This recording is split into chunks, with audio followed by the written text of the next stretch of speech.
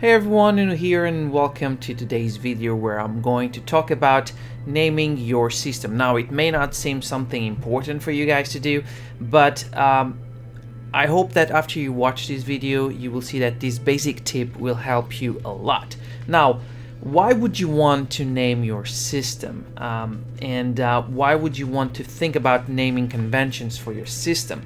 Well, basically there's a big, at least for me, there's an issue whenever I come here to the station terminus and I have to teleport for a different system, and I go here and I see all these systems with crazy names and I have no idea which one was my first one, the second one, and what kind of what kind of people are out there, what kind of race are out there, what kind of economy, and therefore I came up with a naming convention for whenever I warp into a new system and I figure out what kind of system it is.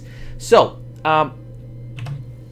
it's true that if you go here to discoveries, you'll have your discovery timeline in basically in full how you say it, full view or full set. You know, it's by order, everything is fine and everything is great.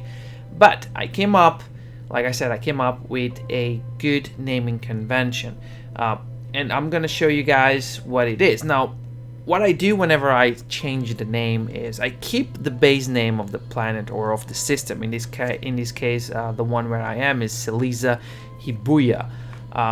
No idea why, but that's a random name that was given by the game itself. And the only thing I add into it, and you guys can see it around here, is a small code line in front of it. In this case is W0S2V. Now all of these letters and numbers have a meaning, and that's what I'm going to explain to you guys. Now, have in mind, you don't have to follow it. You don't have to use the same name convention that I'm using on my systems. I'm just showing you guys how I'm using it for my own benefit. So whenever I go into a new system, I already know what kind of economy it has, what kind of race it's dominant over there, and that's basically what I'm adding in here. So W0 means warp 0. So W is warp, 0 is the number of warps. W0 means it's my base system. This is where everything started. I could just place it base, for instance. It's an example. I decided to go with W0. Then I place S2. Now S2 means the number of stars, so 2 stars economy. So it's not there's 3 stars. The maximum or the best economy is a 3-star system, which means it's a rich system. S2 is kind of like a medium, and S1 is the weakest one. And then the last letter I place for the race. So in this case is the V for, like you guys can see, the Viking. Okay. Now let's look at the other system. It's W1S2V. So W1 means it's the first warp that I did. It's also a 2-star economy, and it's also a Viking race dominant life form, as you guys can see in here. Then we have the warp 2, which is the third system and the second warp system that I went. Also an economy level 2 or 2 stars economy, but as you guys can see there's a K in the end because the dominant life form is Korvax. Okay, and so on, so on. Now you guys can do completely different kind of name conventions. You may just add into one of these systems. For instance, let's say that you have a planet that has a very specific resource that you want to focus whenever you want to warp into it and you don't remember.